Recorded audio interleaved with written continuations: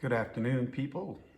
My name's Jim, and today we're going to talk about how some dead people protected Colleen and I. This is one of the last Forgedale stories until we're going to move on to a new property. But there was a time that the three of us, Colleen, myself, and Nancy, we were together at Forgedale doing what we do. Colleen and I were inside. Nancy was out on the porch. We had the recorders in the kitchen. Colleen was carrying the fourth.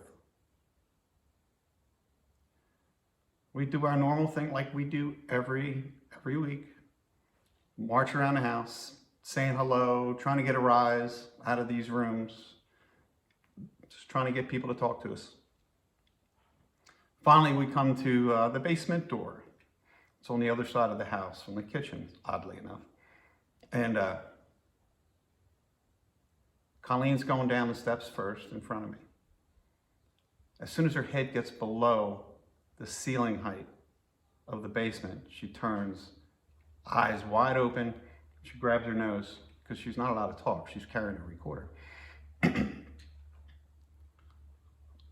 She keeps going. I go down behind her, and oh my goodness, I have never, ever smelled anything.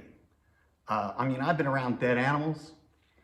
I've worked in the bar trade all my life, cleaning up public toilets at 2 o'clock in the morning. Thanks, Dad. This stink in the basement was, I can't compare it to anything. Dead animals, locked in a truck for 3 months. Doesn't hold a candle to this odor, this smell. So there's nothing in the basement. It's completely empty. It's a very wet basement, and the owner had the God-given sense to get everything out of there. Colleen and I just race down to the far end, peek around the corner, race back, up the steps, out to the porch so we can just breathe a little bit. Of course, we tell Nancy the story. Nancy gets all excited and she wants to smell it. That rooster is going to be dinner very, very soon. Nancy wants to smell the smell. She runs out through the living room, down the basement steps. It's already gone, completely gone. There's no way, we don't know. Were they messing with us? The house residents?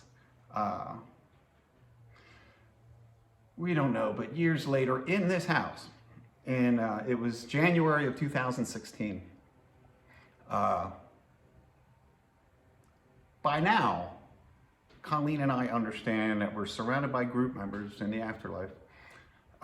They go everywhere you go, and they're there to help. They're there to protect you. And as it turns out, as I discovered here in that January morning, that they created the stink. I'm doing a study, what we call a study, spreading recorders out all around the house. There was one right behind me on that banister there, and there's often one right where the camera is sitting on the counter. And in the bedrooms and whatnot, we have recorders all around. And I start asking questions, and I mentioned that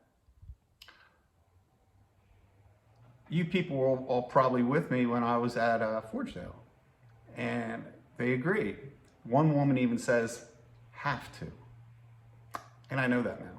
I realize that they have to. Some people are just designated to go everywhere I go. So I start asking them about that stink. I'm still curious about it after 5 years of thinking about it. And they admit to making it. One guy a deep voice guy gets really angry soundingly and go, don't you ever go down there again. And no problem.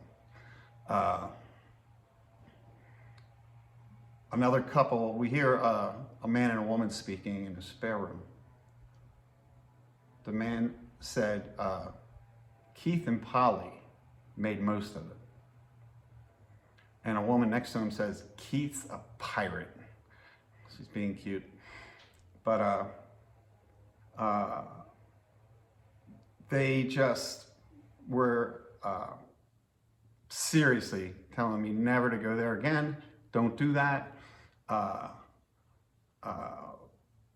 We don't want to have to bail you out like that again, Jim.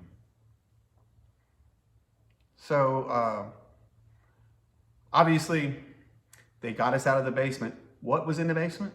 That freaked out my dead group members, my dead family members. They won't tell us. That's a theme in what Colleen and I do. We can only know stuff that will not affect our time as a human. We're not allowed to know anything that would affect that. So what was in the basement that scared my relatives? I don't know.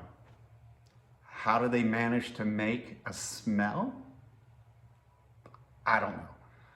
But they did it. It took them 5 years to finally admit it.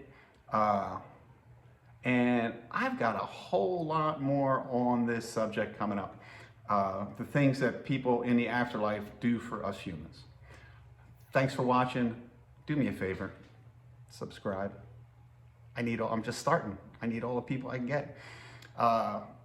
If you want to read about this in detail, I have a blog by the same name, discussionsintheafterlife.com. You can read this in detail, blow by blow. Check it out. I'll see you soon. Thanks.